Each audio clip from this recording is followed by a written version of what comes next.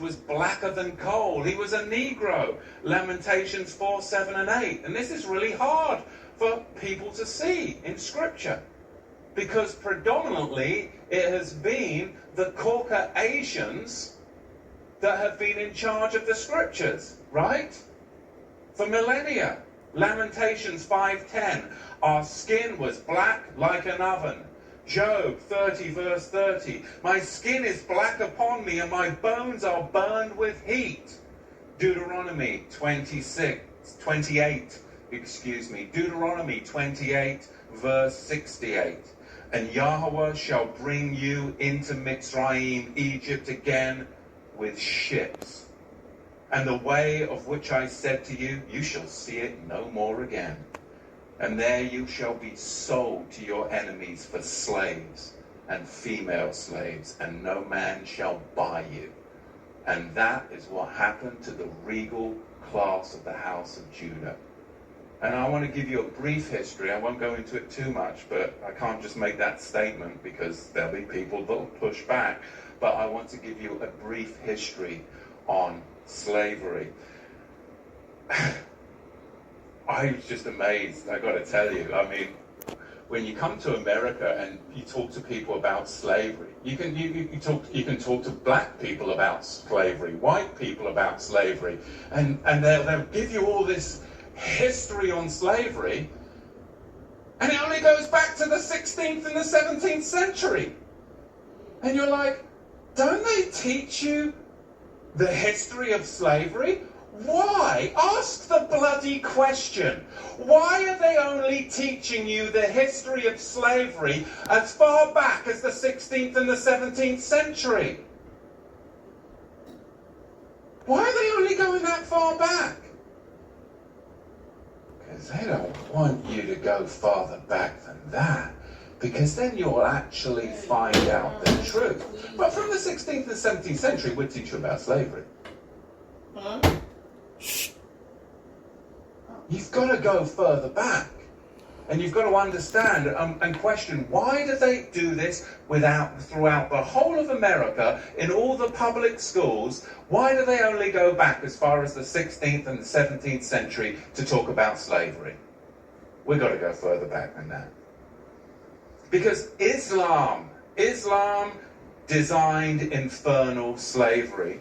And then the Ashkenazi Khazars, those who say they are Jews and are not, are the ones that marketed it. And the regal Negro nomads, exiled from the kingdom of Judah, were the main recipients of it at the hands of the indigenous black Africans. Because you've got to understand, the regal class of the house of Judah came down from Israel, and they came into the land of the black Africans. And the black Africans resented the regal class of the house of Judah in their land, because they had laws, they had customs, they had civility, and they were a regal class of Negro that came down into Africa. And later on, it was the Ashkenazi, the Islamic slave traders as well, that then worked together with the indigenous black Africans to enslave the regal house of Judah. This is what we've got to understand, but you've got to go back before the 16th century to understand the roots of it. So we're going to see, as we dig into this, where this slavery came from, because it was really a system that was very, very well crafted. There was Islamic masters, and there were white Ashkenazi Khazar ship owners.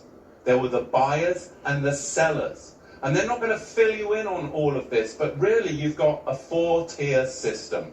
Number one, you have the Negro nomads that were exiled from the kingdom of Judah.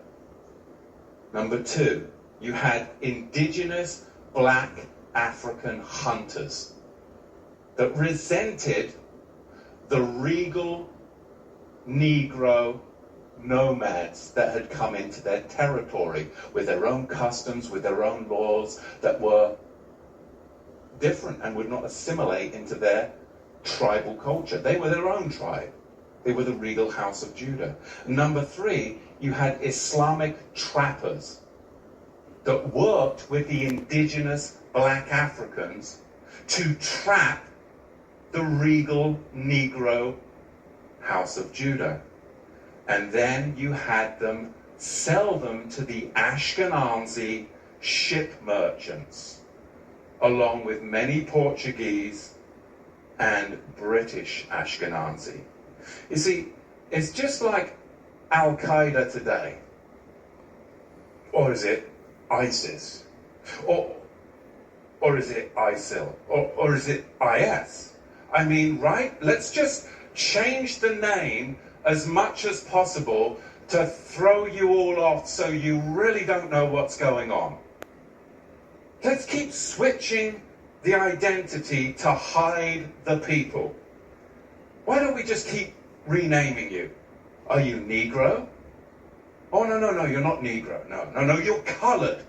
No, you're not colored. You're African American. And this is what they name you. The slavers name you this. Because I know a white guy who grew up in South Africa. And he now lives in America. He is an African American, and more African American than most.